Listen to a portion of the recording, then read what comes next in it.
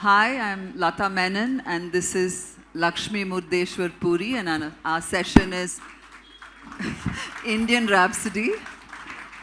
Before we begin, there's a small video that Lakshmi would like to share with you.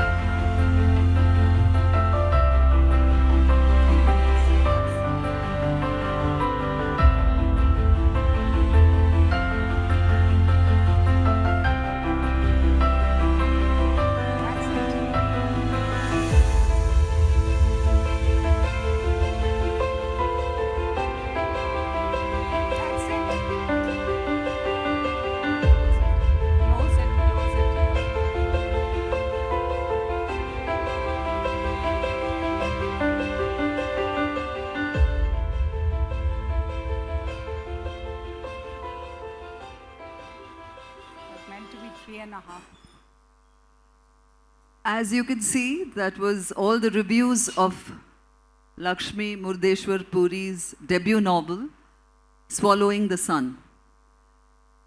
It's a very bold and a sweeping debut, a tapestry woven with the threads of rebellion, sisterhood, and history all layered together. It covers a canvas that stretches wide, capturing the turbulence of India's freedom struggle and the lives it transforms. At the heart of it are two characters, Malti, who's fierce and fiery, and Kamala, who's gentle and steady. A pair of sisters bound not just by blood, but by an unyielding spirit. Their journey begins in a quiet village in Ratnagiri, Maharashtra, where the whispers of change first stir. Their destiny then takes them to a boarding school in Indore, where horizons widen, and then they travel to the bustling streets of Bombay and the sacred ghats of Banaras, where again their destinies and dreams collide. The independence movement forms the backdrop, an ever-present tide shaping their thoughts, choices, and lives. With a vivid cast of characters and a story steeped in the fervor of liberation, the novel paints as well as sings a portrait of a nation and two young women discovering their power amid the echoes of a revolution. Vanakkam Lakshmi to Chennai, and let's begin. Before I start our conversation, could I ask you to share the Abang of Muktabai? Thank you, Lata, and it's a privilege to be in dialogue with you. Thank you. You are in the creative industry as well. Yeah. And I've just made my debut into the literary world. And Vanakkam, Chennai, Vanakkam, Tamil Nadu, and then Vanakkam, Nenri. Her son-in-law, by Nirmala. the way, is Tamil. I'm going to talk about, yes. And Vanakkam, Nenri, Nirmala ji, and Rachna, for Rachna ji for giving me this very powerful platform. I can see how this city and this state is not only the cradle of Indian civilization and culture and literature, but you still have a very thriving readership. And that's what is very much demonstrated here. So I'm very happy to be here and privileged. And you mentioned the personal connection. Yes, my son-in-law and some of my relatives are here from Chennai. And also, if I may mention the book, Personal Connection, and that is that David Davidar is a Tamil, and he is the one who believed in the novel and brought it into the world. So that's the other Tamil connection, if you will. So your question about Abhanga and Muktabai. Muktabai was this 13th century teenage saint who wrote 41 verses in her short life of 18 years. And I was always possessed by this Abhanga of hers since childhood. It's a surreal poem, and of course, always dedicated to Vithoba, the Varkari god of Vishnu, the form of Vishnu and Krishna is worshipped in Maharashtra. And so she said this, and I quote, Mungi udali akashi, tine gilde suryashi, thor navlav zhala, vaz putra prasavla, vinsu patalasi zai, शेष माथा बंदी पाय माशी valley घार झाली देखोनी Muktai Hansli. The ant flies into the sky, she swallows the sun. Another miracle, a barren woman gives birth to a son. A scorpion burrows down to the nether realms. The snake king Shesha bows at its feet. The housefly begets a hawk. Muktabai sees all, Muktabai laughs.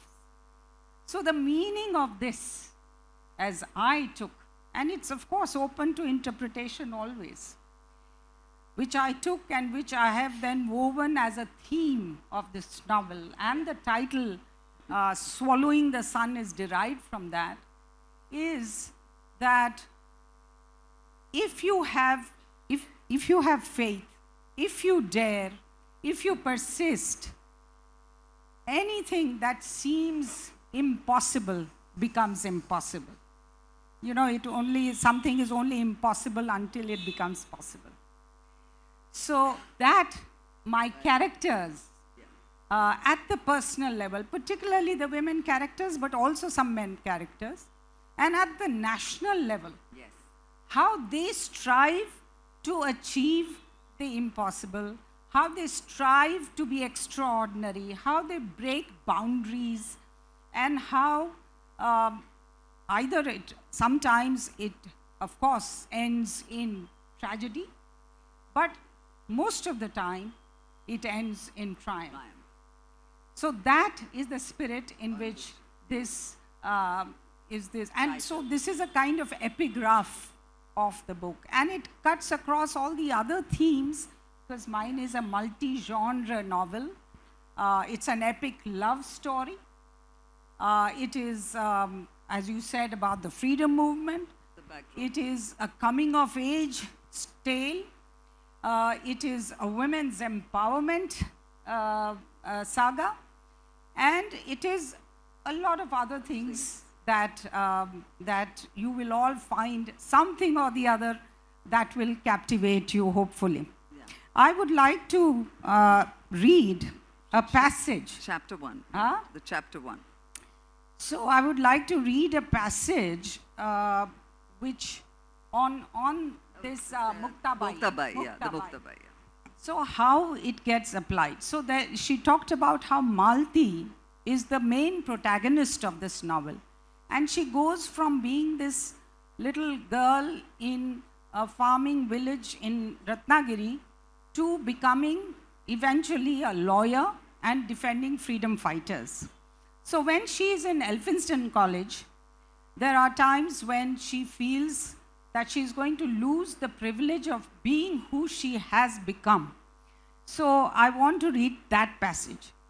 Malti and Kamla had come to believe that they were living in Bombay at a time when everything was being turned inside out and upside down, the improbable Muktabai way.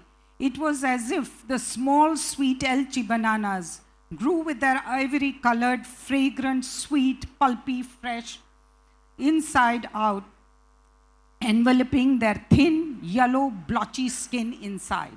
It was as if the Indian tiger had come out of the forest and sat supping with brown coolies at the starched linen-covered table in the Gymkhana Club of Bombay, being served by British sahibs in red and white uniforms, doubling over to please the natives.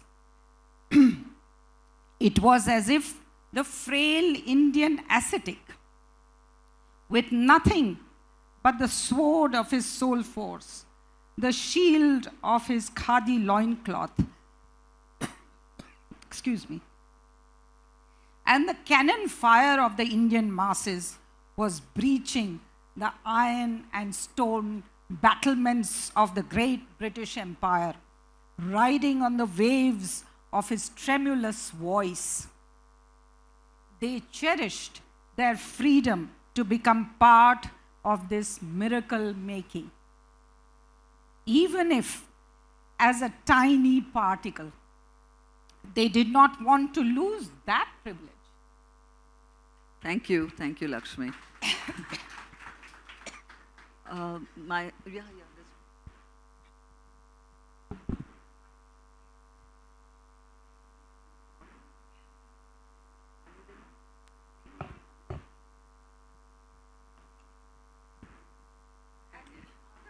Yeah, we'll talk. I'll Another ask passage which David was keen that I should the read beginning, the chapter 1.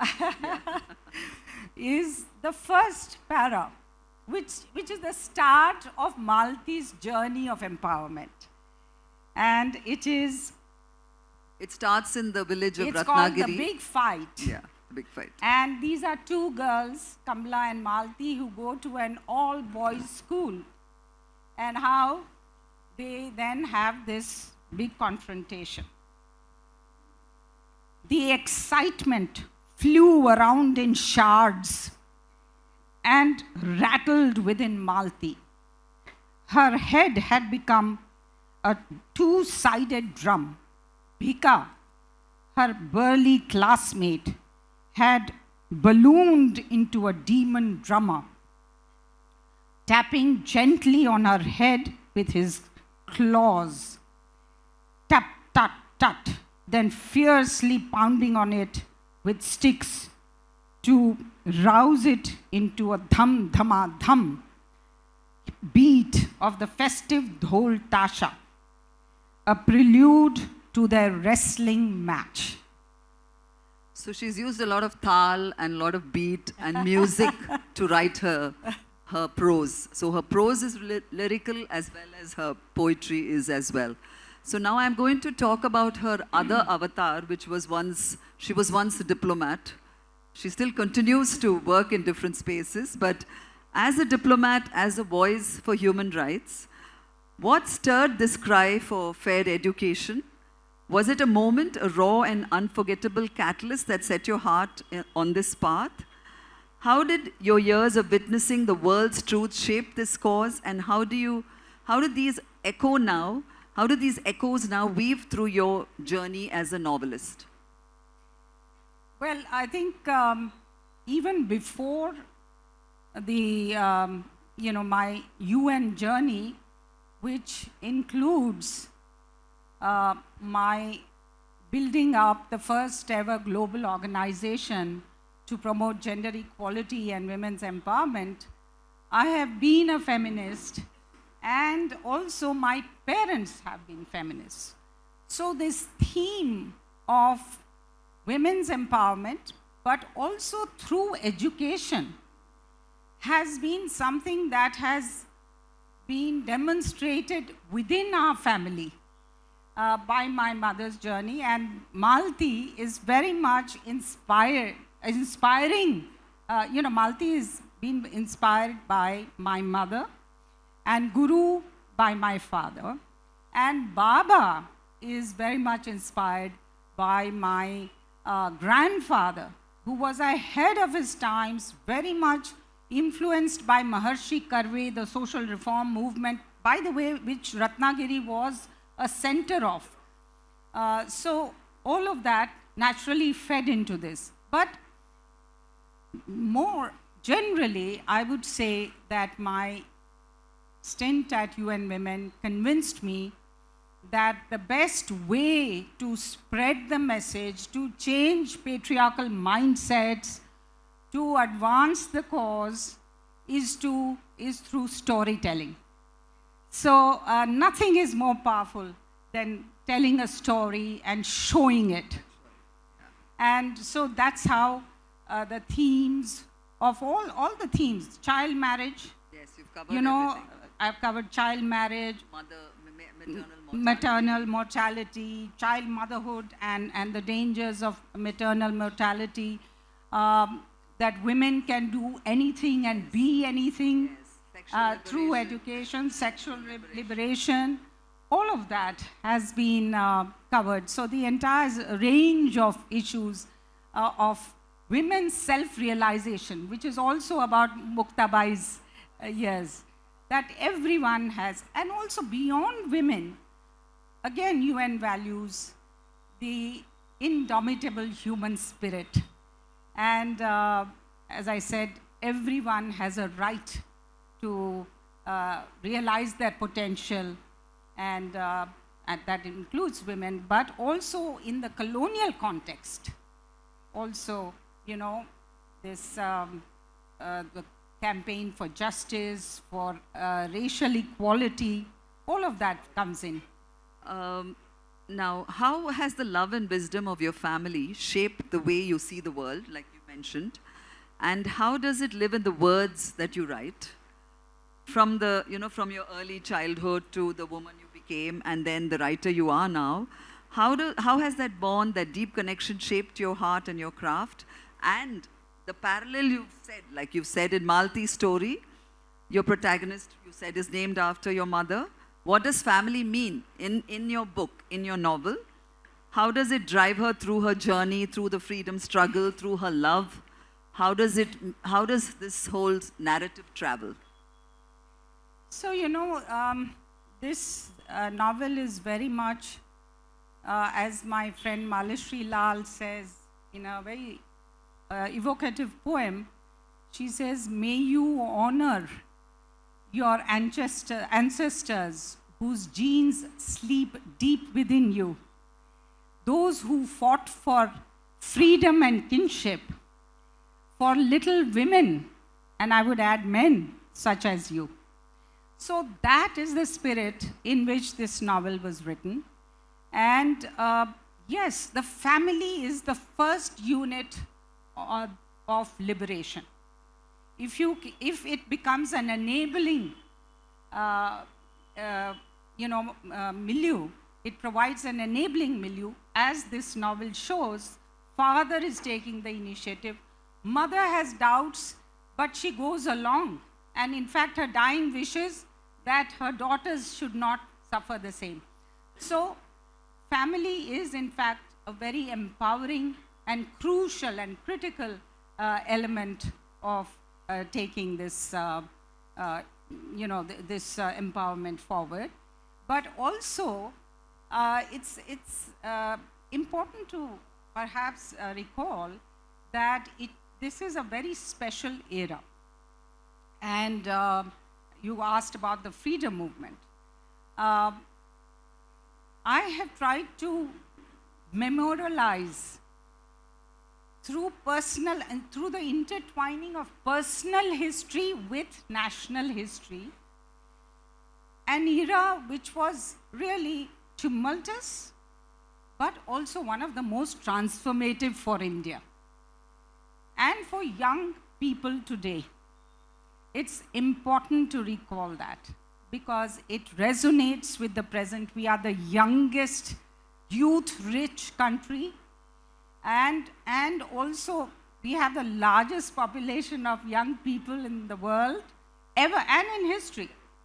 So it's important for them to remember what young people of this generation did, how they overcome self-doubt, even though they were under colonial rule, how they built up, they drew confidence from civilizational heritage, and how there was a efflorescence of Marathi literature and culture at that time. And that's also one of my purposes, to bring a culture which is very rich, but which has not been so much celebrated in English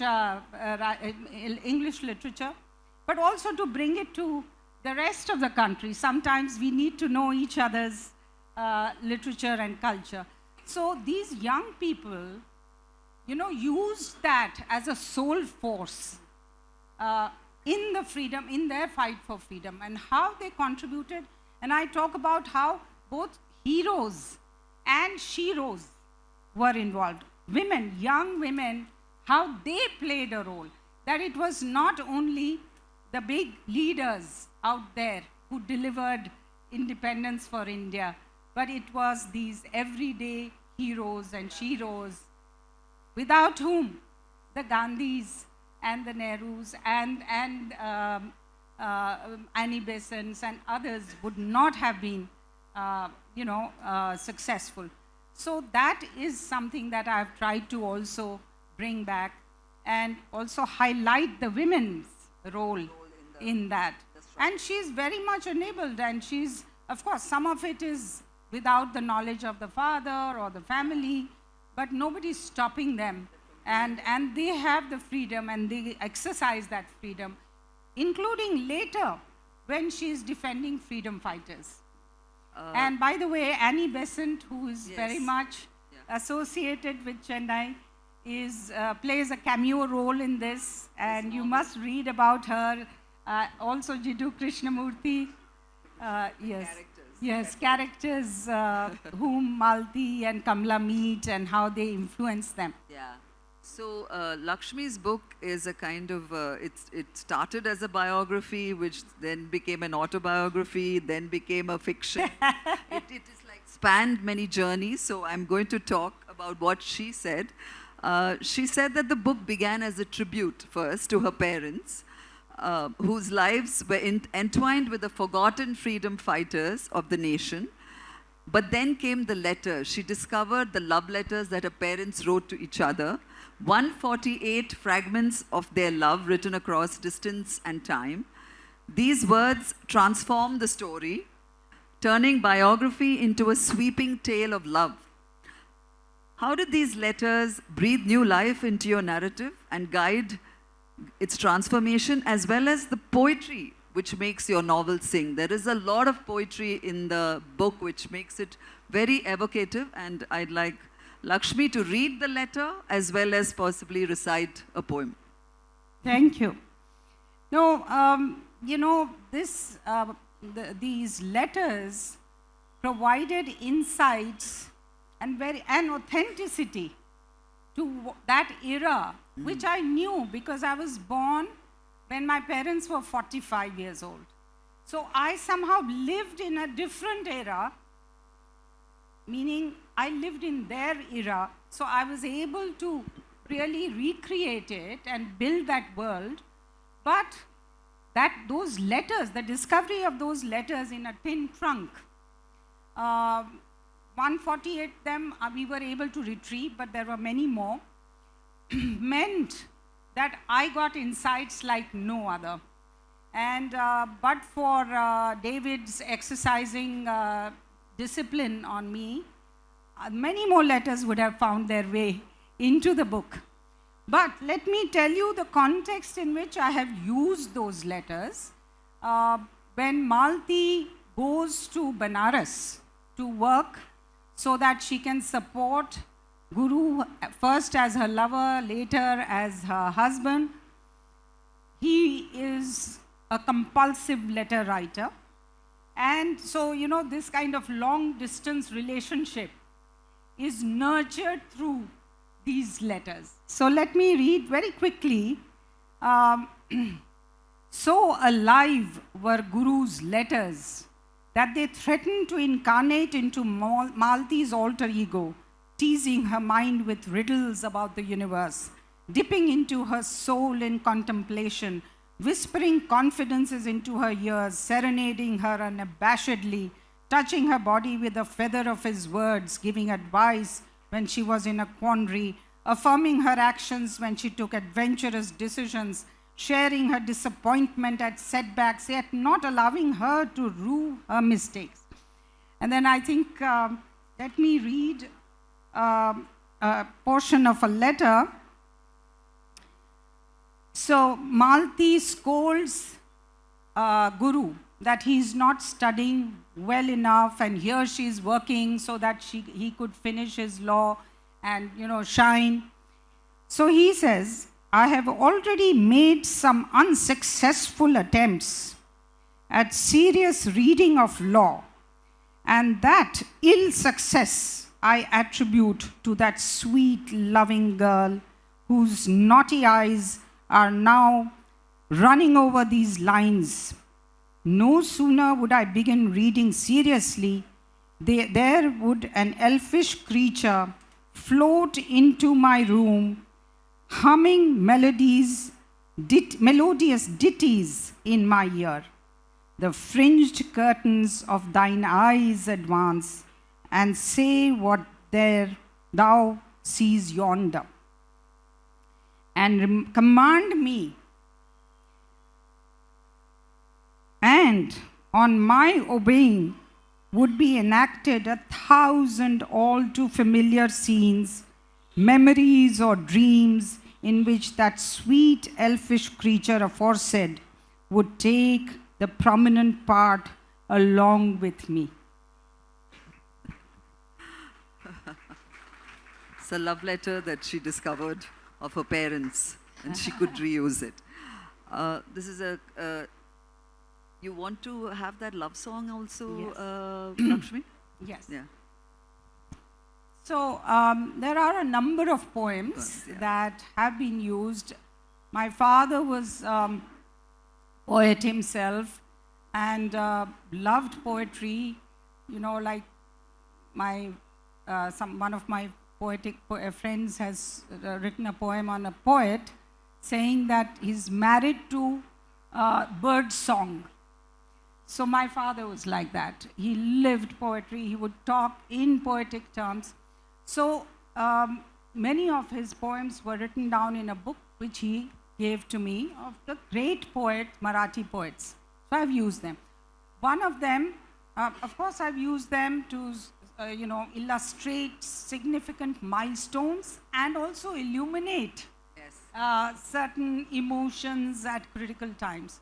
So one of them is a poem which he recites at their nuptial night, which has come. They have got married after a 7-year, what today you will call dating. Those days it was called courtship. So after a wait, their marriage is being consummated. And then Guru chooses a poem which is about unattained love. So it is a poem called Sangam Utsuk Doh, that is pond eager to meet the ocean. And it goes like that.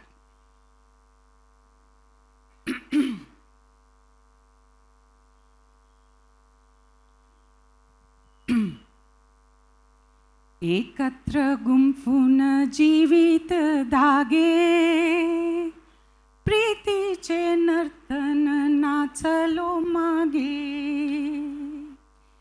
एकटा उभा मी येथे भोवती शोधी प्रियते ना दिसे का कोठे सोडून गेली हाले ना बोले ना करे ना केली होऊनी मग्न त्या क्षणी धावती येती साजणी देशीले ना मग कसून खेप बांधतील वर तोरण दे बाजत जंगल मंगल गान कड्यातून खाली लोटून प्राण होऊनी काशाय रंग प्रेमाने बेहोश दंग पाऊगे समाधी सागरी अंत अजून संपेना Vaisakh हंत.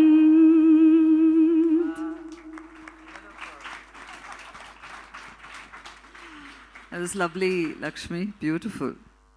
Do you want to just give a gist of that meaning? Yes. You can just explain it. Yes. So he talks about this pond, that he is like the pond which is in the middle of a wasteland, waiting for the rains to fall so that he can flow into the ocean. The Sangam Utsuk. So flow into the ocean, and then he goes on to say how the gods have made the bowers for our wedding, how the peacocks are dancing, how the musicians, the minstrels are singing, but then and then we are ready to fall into the ocean, but alas, the season of Vaisak has not ended. And the rains have not come. So that's...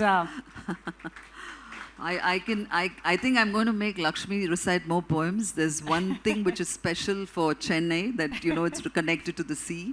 Yeah. But it's, so I have this question, which is, the hearts of Chennai Vasis are deeply tied to the sea through its waves, its stories, and its spirit. So there is a little poem here called Koliache Geet, which is in page 369, and it speaks of what the sea means to the community, its life, its resilience, its soul. I would like you to share it with us. There's a lot of the sea in the story. Yeah, in the story. Because of Bombay, because of Ratnagiri. Yeah. So you will resonate to a lot of that. So this is a poem by Kanekar. It's a fisherman's love song.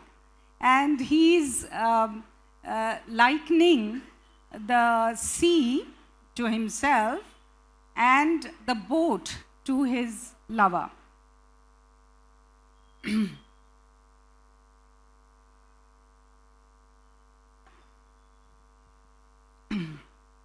आला खुशीत समिंदर त्याला नाही धीर होडीला देईना ठरू होडीला देईना ठरू गसजणे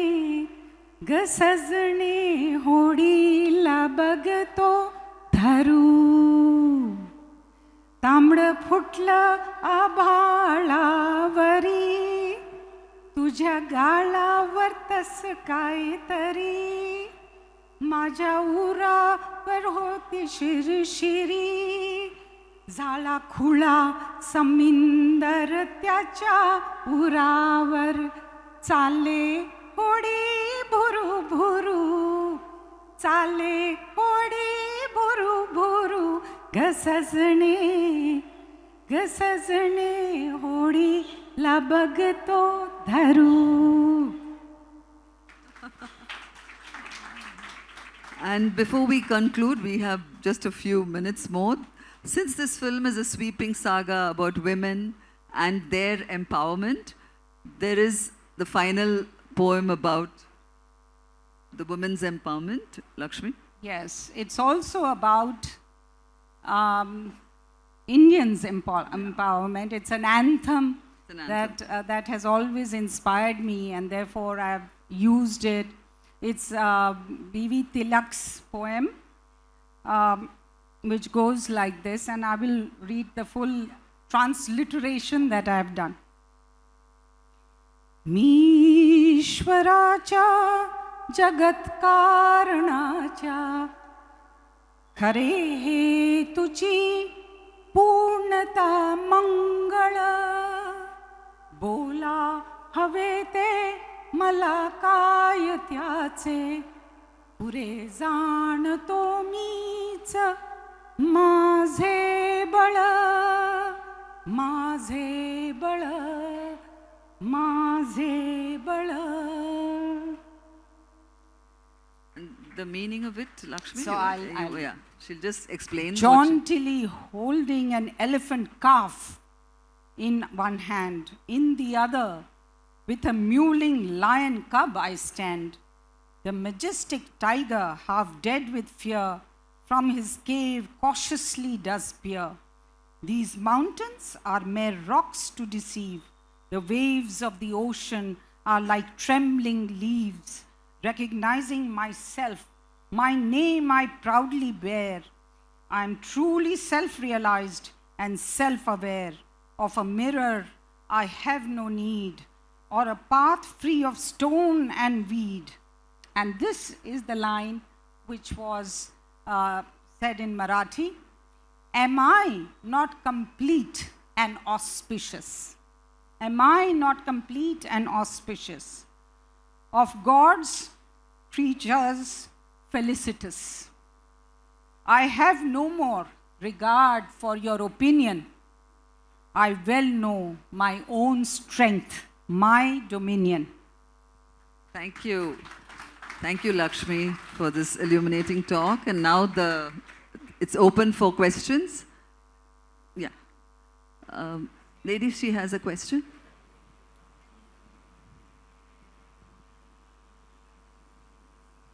You are a multifaceted personality. What made you take up writing a novel at your age? I mean, Yes. Well, it was a story that was wanting to be told for decades. And, as they say, there is nothing worse than the agony of an untold story that is within you. And I started then writing it, and the inspiration I've already mentioned. I wanted that era to be, really brought to the young people of today, because India is also at that inflection point when we are also looking at another kind of independence, another destiny of 2047. So I wanted to bring that era, which is so significant and which has so much to teach us today, to life. The other aspect that, as I said, was very much in my heart, I've already mentioned, was to bring the story of my parents. So all of that combined. So I started writing this when I was ambassador in Budapest some 20 years ago, and wrote 100 pages and then had a mental block. And then when I came back to India after being outside for 18 years in 2018, 19, I started then during COVID times. June of 2020, I resumed writing, shall I say. And then I worked 8 to 10 hours every day. During that period, I didn't stir out of the house. And within a year, I finished the first 270,000 word draft. And then the next phase was to short. Now, this is much smaller. Huh? That's thanks to David. It is now 150,000 words. But to get to there, and then for David to believe in this novel, so it took till 2024, January, for the book to come out.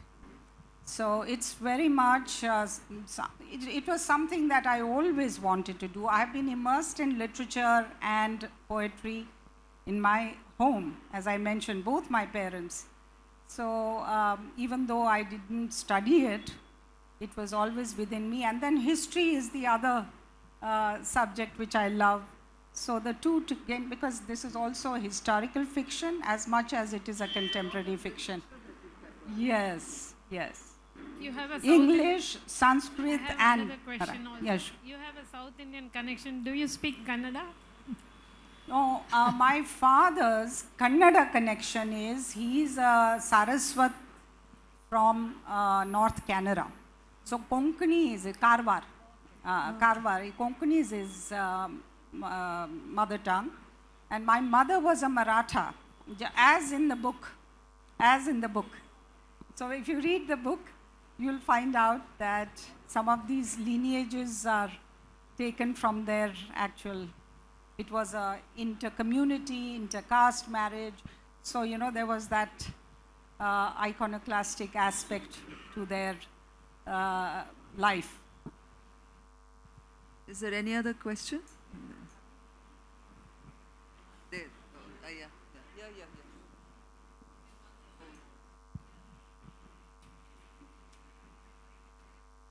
Voice is loud enough. What is your next literary venture? Are you getting into another genre? Are you planning to write something else? Looking forward. Thank you, Sudhaji. Well, yes, I'm planning one or two projects, possibly a sequel, and also something, you know, many people have asked, how come you've been in the world of diplomacy, most importantly, been in the UN world, global diplomacy, how come you have not written something about that world? So maybe something on that, maybe, but both fiction. Yes. And yeah, I think it will be something similar in terms of the sequel, but another generation. Yes, a whole new generation. Hi, ma'am. Hi. Ma'am, this is a question for the current youth. So basically, the story dwells in the period of Indian independence. So what is the takeaway for current generation women to deeply look into the which aspect and which view should we look into the book? Because we live in a different generation with different thought process and everything. So what is it that we should, as youth, should look into in this book? So, you know, you will be surprised when you read this book how much in the present it is. In terms of how the women of that era found themselves, you know, realized themselves, and were unable to do that. And both the women characters, they are phenomenal women. They are the outlaw women. You know, Toni Morrison talks about outlaw women. They break the norms, they break the rules. And it happened 100 years ago. So this is an inspiration to young women today. But it's also a reminder that much has changed, but some of it has remained the same. And we therefore need to continue to work on empowering ourselves as women, and for men to continue to be the champions and stand for gender equality and women's empowerment. So it's both, you know, a reminder that it can happen. You know, nothing is impossible. Because when I was with UN Women, one of our mottos used to be that this is the most important project for humanity in the 21st century, and that it is mission possible. So that's why one of the, you know, themes of this book is about that it is possible. Even 100 years ago, some women, you know, dared, and they made it. We have time for one more question. There. Can you give the mic there?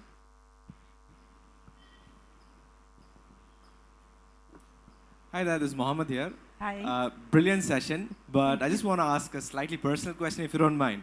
So, coming from your own story, you've been a story of two states with your husband being from another state. Yes. Can you throw some light on that and how, you would give your, advice to this generation? Because in your generation, there was something path-breaking.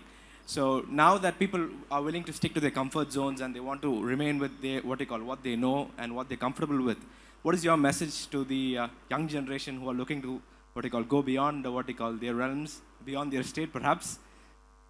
Absolutely. I think that's a very correct message that you have drawn from not only my personal journey, but also from the book. As I said, my parents' marriage, as reflected in this novel, was also between two different communities, and also,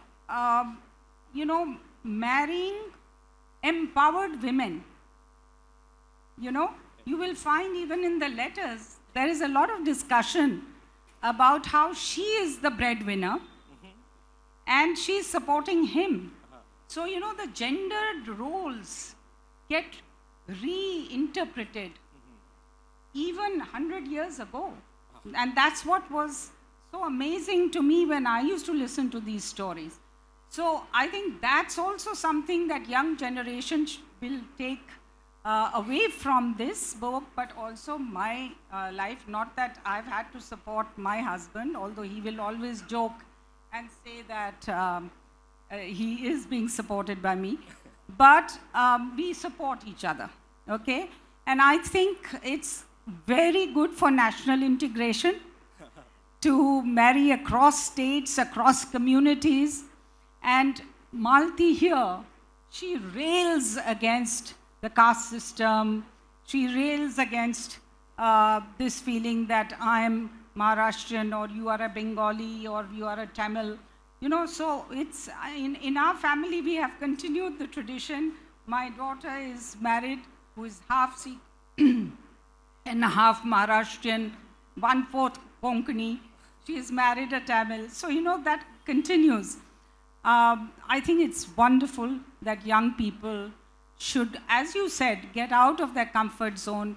But I think it's a very exciting zone that you enter. I've experienced the cultural clashes that happen. When two families who are from different cultures, a Punjabi Sikh family and a Maharashtrian family of a different kind, when they come together, there are initially adjustments to be made. But on the whole, it's quite, I learned Gurmukhi, I learned Punjabi, I learned, I go to the Gurdwara. He believes in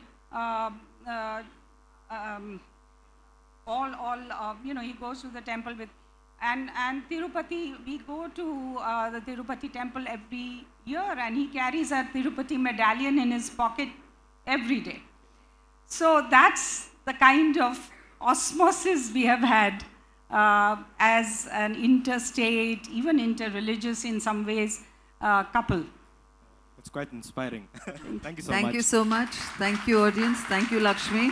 Thank you so much, Lata. Nandri Lakshmi, for coming to Chennai. Thanks again.